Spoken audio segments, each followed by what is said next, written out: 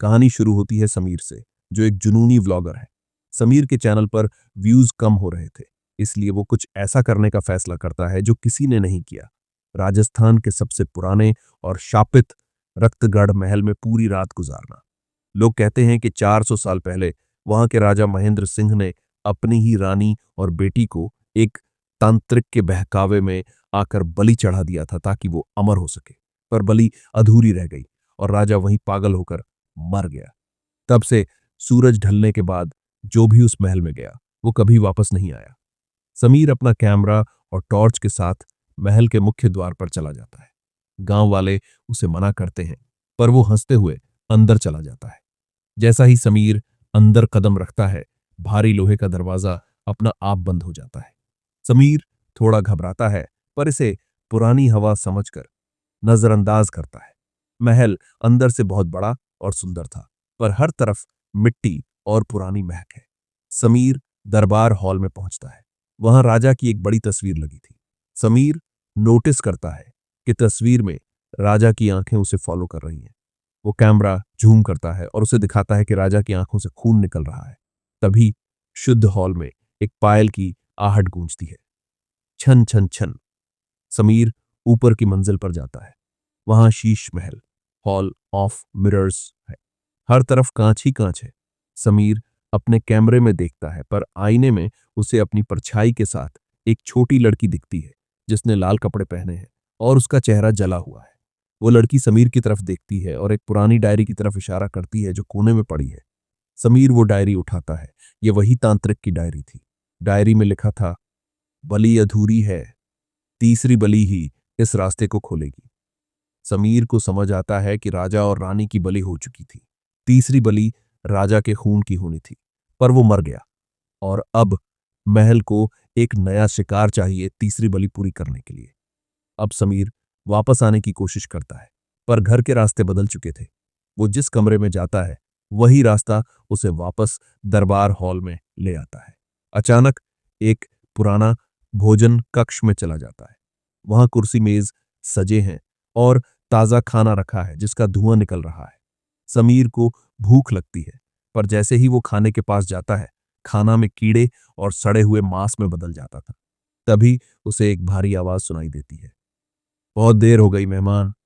पीछे मुड़ने पर उसे वही राजा दिखता है, पर उसका शरीर सड़ चुका था और वह हवा में तैर रहा था। राजा का भूत समीर को घसीटे हुए महल के नीचे बने एक गुप्त तहखाने में ले जाता है। वहां एक हवन कुंड है जहां से काली आग निकल रही थी। वहां रानी और उसकी बेटी की रूह भी थी जो चीख रही थी। राजा समीर को एक पत्थर के बिस्तर पर लेटा देता है। समीर अपनी टॉर्च से राजा की आंखों पर रोशनी डालता है, जिससे राजा बहुत थोड़ा पीछे हटता है। समीर वहां से भागता है। रास्ते में उसे वही डायरी याद आती है। डायरी में लिखा था कि इस श्राप को तोड़ने का एक ही तरीका है, तांत्रिक की गर्दन को तोड़ना, जो वही मंडप के नीचे दबी थी। समीर एक भारी पत्थर उठाता है और तांत्रिक की गर्दन पर मारता है। एक जोर का धमाका होता है और पूरा महल घूमने लगता है। सुबह होती है। सूरज की पहली किरण महल पर पड़ती है। गांव वाले महल के दरवाजे पर आते हैं और देखते हैं कि दरवाजा खुला है। समीर बाहर निकलता है, थका हुआ और जख्मी पर जिंदा। वो अपना कैमरा उठाता है और कहता है, दोस्तों, मैंने कर दिखाया, मैंने स्क्रैप तोड़ दिया। वो अपने घर जाता है और वीडियो अपलोड करने के लिए फाइल चेक करता है, लेकिन जब वह फुटेज देखता है तो उसकी रूह कांप जाती है। वीडियो में महल खाली नहीं था। समीर के पीछे पूरी वीडियो में हजारों साए चल रहे थे और आखिरी सीन में जब समीर कैमरा बैंड कर रखता है तो आईने में समीर का नहीं, बाल्की राजा का चेहरा दिखता है। समीर आईने की तरफ देखता है और उसकी आंखों से खून बहने लगता है। वो अब समीर नहीं रह रहा। राजा की रूह को उसका शरीर मिल गया था। रक्तगढ़ का श्राप टूटा नहीं था, बल्कि उसे महल से निकलने का रास्ता मिल गया था। समीर अपने घर लौट चुका है, लेकिन वह अब पहले जैसा नहीं रहा। उसे अब दिन में भी अंधेरा पसंद है। उसके कमरे की दीवारें अजीब काली होने लगी हैं। वो अपने लैपटॉप पर वीडियो एडिट करने बैठता है, लेकिन उसके हाथ खुद ब खुद कीबोर्ड पर कुछ और ही टाइप करने लगते हैं। सबको आना होगा। समीर का यूट्यूब चैनल, जो पहले गिर रहा था, अचानक से आसमान छूने लगता है। लाखों लोग उस रक्त गाढ़ वाली वीडियो को देख रहे हैं, लेकिन जो भी उस वीडियो को पूरा देख रहा है, उसके घर में अजीब घटनाएं होने लगती हैं। लोगों को अपने कमरों में पायल की आवाजें सुनाई देने लगती हैं।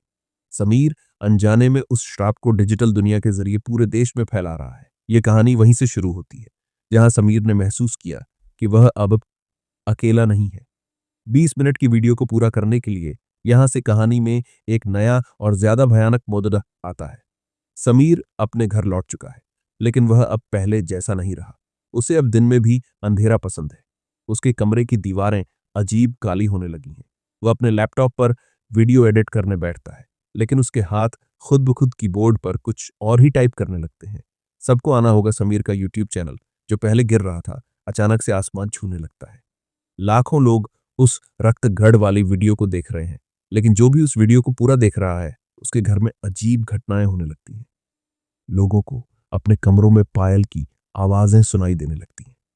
समीर अनजाने में उस श्राप को डिजिटल दुनिया के जरिए पूरे देश में फैला रहा है। समीर का सबसे अच्छा दोस्त आर्यन उसे मिलने घर आता